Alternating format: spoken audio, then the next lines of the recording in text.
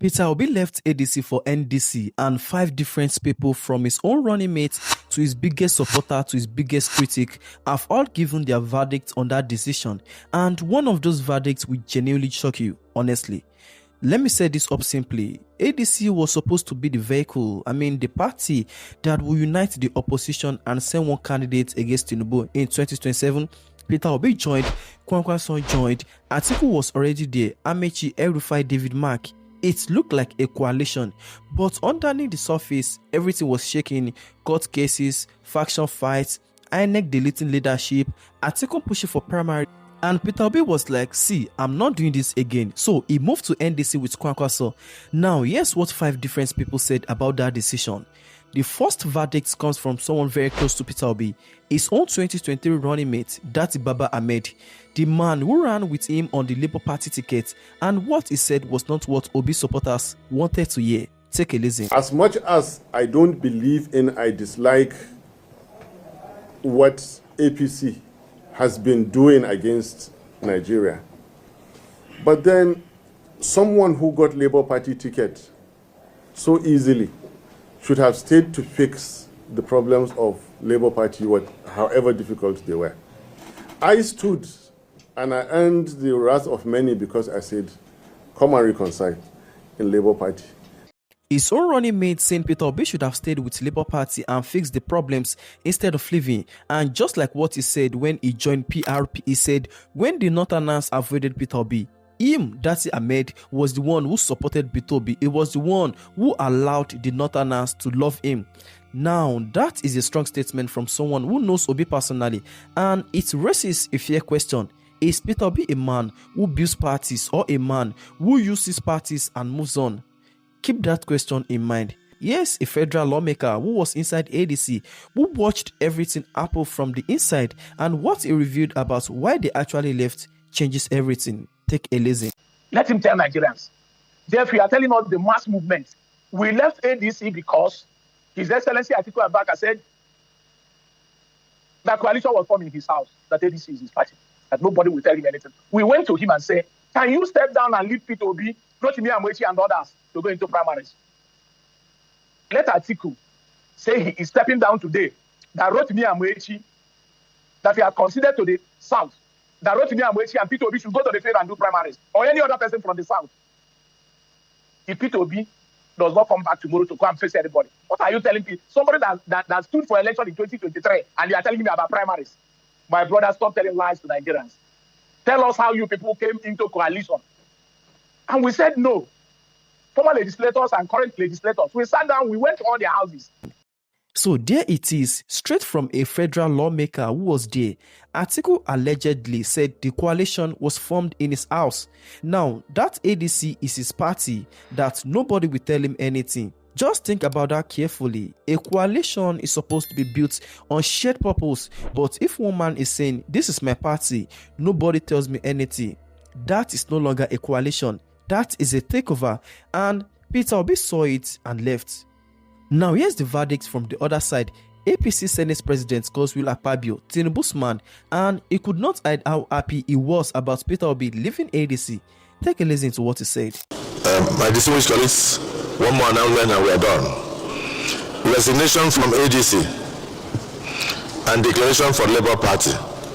Maybe all those defecting from ADC should just compile everything in one paper and bring, so that we don't keep announcing. Because I think ADC is dead.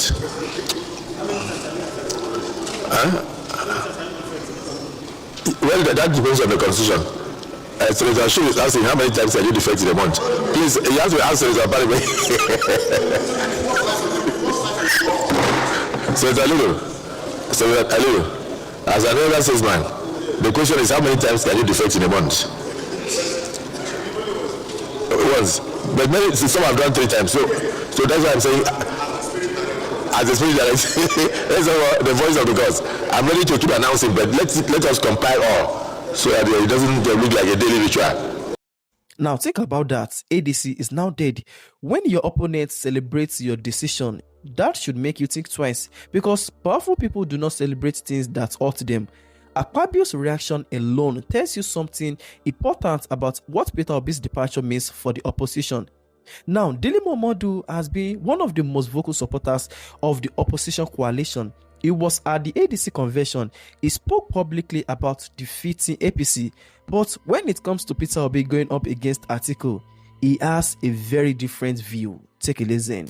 So I would have wished that Obi would wait and test his popularity in ADC. That's number one. Number two is that Obi is afraid of his supporters. They already told him in advance that if he agreed to be vice president to anyone, they are going to disown me. They said it. Aisha people said it. But Utomi said it. They all said it publicly. So let's stop hiding behind one finger. Obi did not leave because of Atiku. Obi left because he knew he lacked the capacity to take on an Atiku. And possibly even Amechi. People tend to underrate Amechi.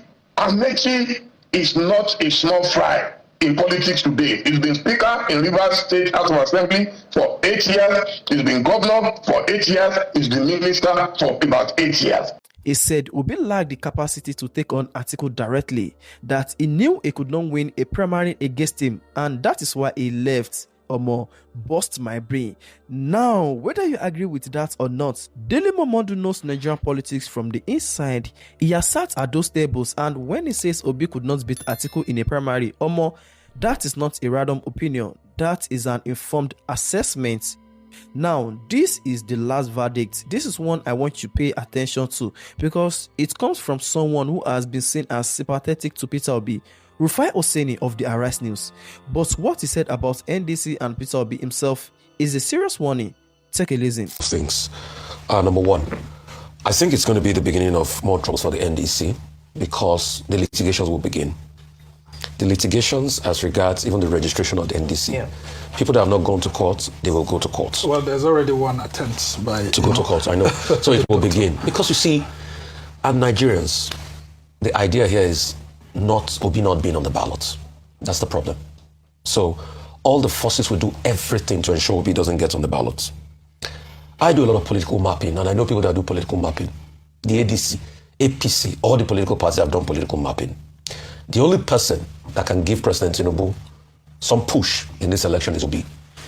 The first strategy is to ensure Obi doesn't get on the ballot. The crisis in the ADC was just because of that.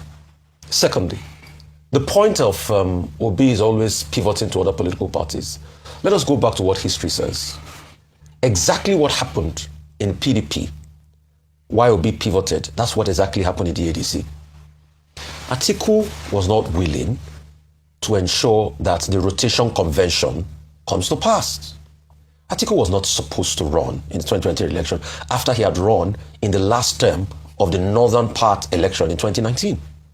And that was why the likes of Wiki went up in arms. And that's why sometimes, even if I blame Wiki for not being a party man, he had some justifications in his actions.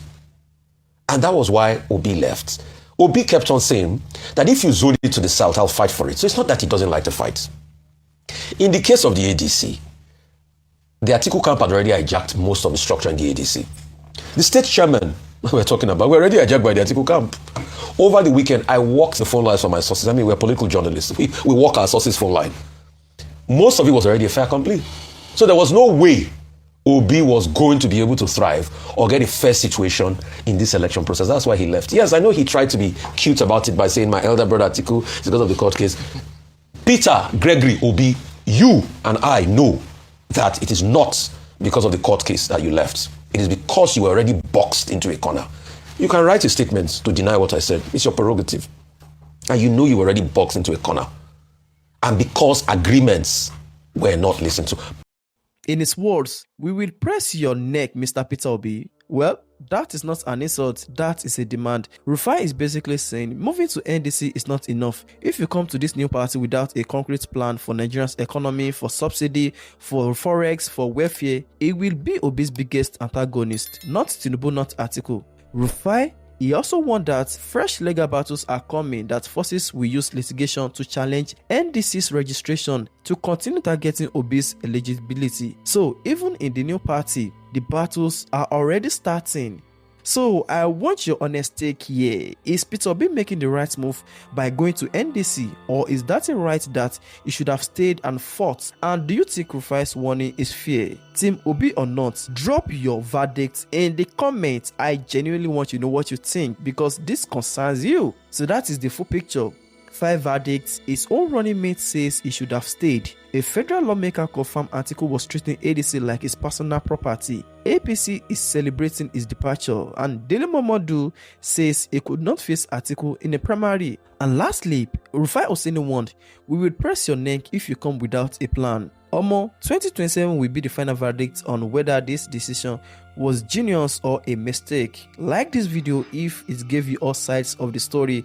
Subscribe and turn on notifications so you don't miss my next update, and trust me, you won't be disappointed. Thank you for watching. Don't forget to share this video, tweet it. Let's keep everyone informed about what is going on, how it affects you, and what happens if we don't talk about it. Thank you, and I'll see you in my next video.